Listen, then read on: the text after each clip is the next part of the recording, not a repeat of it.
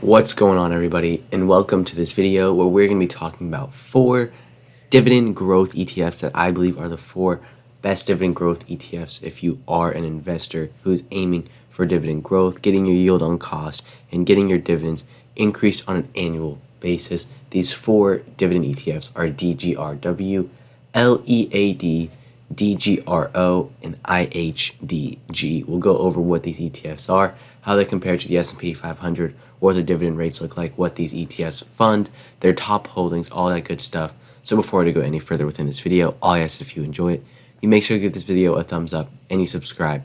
You turn on post notifications for videos coming out every other day. I always like to see what you guys are doing, what you guys are thinking. So make sure to leave a comment what you think about these ETFs, or if you have any other stocks or ETFs that you believe are really good for dividend growth investing.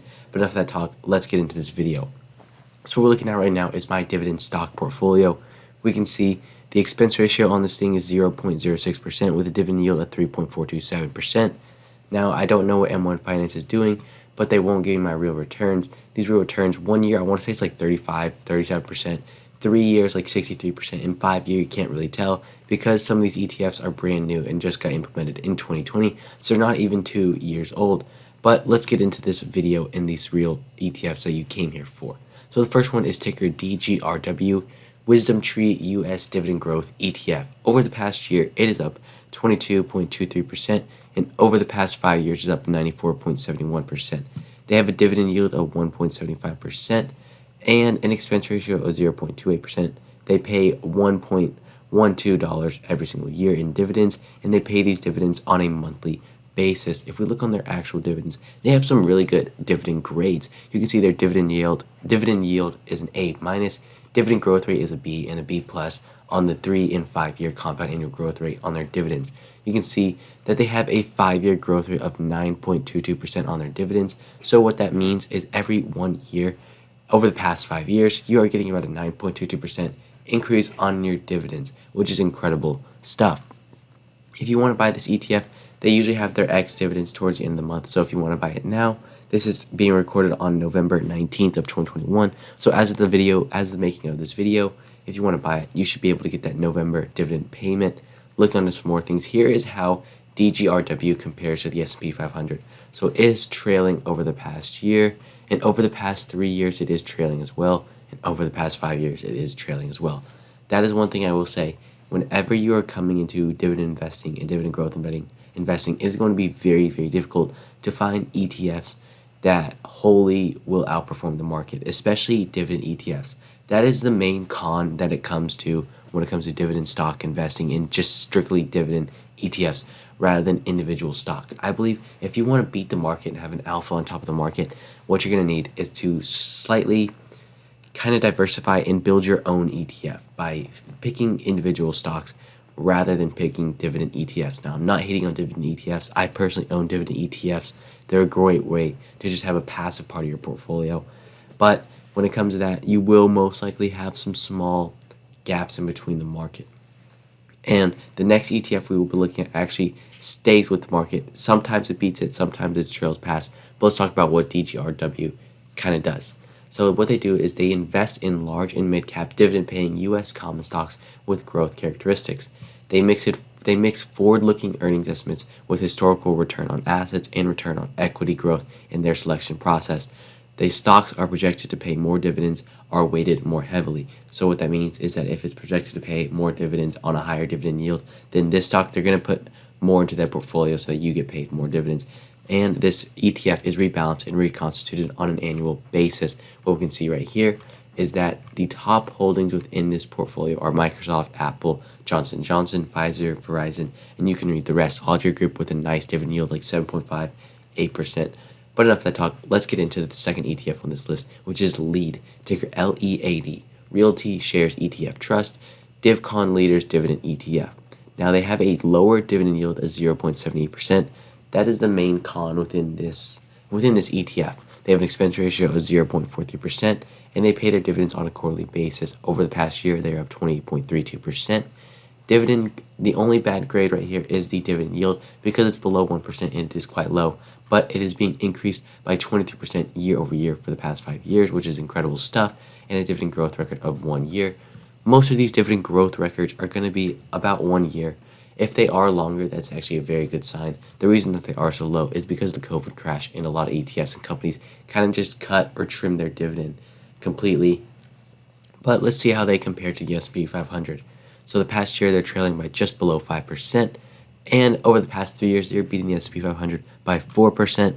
And over the past 5 years, trailing by just 2%. So still keeping up to date with the S&P 500 with some good dividend growth. You could get your yield on cost looking very solid with this company. So what they do is that they track U.S. large cap stocks that are deemed to likely increase their dividends within the next 12 months. They hold U.S. large cap stocks with rising dividends, and the system analyzes 7 quantitative factors to determine the score on how they will select stocks out of the 5 largest U.S. firms, and the index is reconstituted annually in December. To look at some of their top holdings, we can see that they are First America, Nvidia, Nordson, Intuit, Dr. Horton, Domino's, Tractor Supply Co., Costco, and you can see that there's a lot of different companies. Not the most common, not the most growth-oriented. You can see Nvidia, Domino's, a little bit growth-oriented, but mainly dividend growth-oriented, okay? This one is doing very well in the market. Let's look on the third ETF, which is ticker Dgroi, iShares Core Dividend Growth ETF. A dividend frequency quarterly, a very low expense ratio of just 0.08%, and a dividend yield of 1.94%. Over the past year, this dividend growth ETF is up 25.5%. Their asset class relative grades are very, very solid, with a dividend yield A grade, dividend growth rate B, and B and A minus, which are some pretty solid grades, a 5-year growth rate of 10.28%, and a dividend growth record of 6 years in a row. Looking at how they compare to the market, down 8% over the market just this past year. 3 years, trailing by quite a lot, about 32%. And over the past 5 years, trailing by about 45%, which we talked about earlier. It's just a part of dividend growth investing in singular ETFs. It's probably what's going to happen just because of the growth that the S&P 500 can experience, with things like Tesla and different stocks like that can carry them in incredible ways. Now, Dgrow's top holdings, we will look at those in a second, but the fund aims stocks that pay steadily increasing dividends by requiring a 5-year track record of increasing dividends while ensuring that the firms pay out no more than 75% of earnings. So they want to be sure they're paying in sustainable companies that have huge upside potential. What we'll see is that their top holdings include Microsoft, JP Morgan, Pfizer, Apple, Procter & Gamble, Verizon, Home Depot, I like Home Depot a lot, Johnson & Johnson, Broadcom, I'm a big fan of Broadcom, and Merck. Now, let's talk about the fourth and final ETF on this list, which is Ihdg, Wisdom Tree International Hedge Dividend Growth ETF. This one is a little bit different, and we'll go over why in just a minute. They have an expense ratio of 0.58%, but they have a nice dividend yield of 3.13%, and they pay these on a quarterly basis. Over the past year, this ETF is up 21.46%. Looking at their grades, they have some solid grades all within the A sector, an A minus on the dividend yield. Dividend growth rate is incredible, A plus, and a 5-year growth rate of 19.29%, and a dividend growth track record of 3 years. Look on how they compare to the market, down a little bit over the past 1 year, 3 year, and the 5 years, especially over the 5 year, but the dividend growth and the dividend yield are pretty solid, which could be that hedge against the market on why you should invest in this ETF. Now remember, everything I say is not financial advice, just for entertainment and educational purposes only. But Ihdg tracks a dividend-weighted index of stocks in developed markets outside North America, screened for quality and growth factors. So they don't invest in U.S. companies, they don't invest in Canadian companies, they invest outside of North America. They go off a variety of factors: expected earnings growth, return on equity, and return on assets.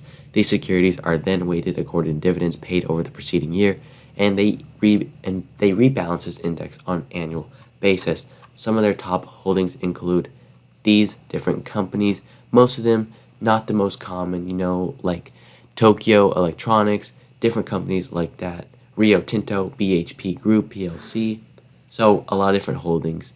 But everybody, that's what I have for you in this video. So if you did enjoy it, make sure you give the video a thumbs up, and you subscribe. You turn on those post notifications for videos coming out every other day. I would like to see what you guys are doing, what you guys are thinking. So make sure you leave a comment, as it really helps with the algorithm, and it really gives me back some feedback.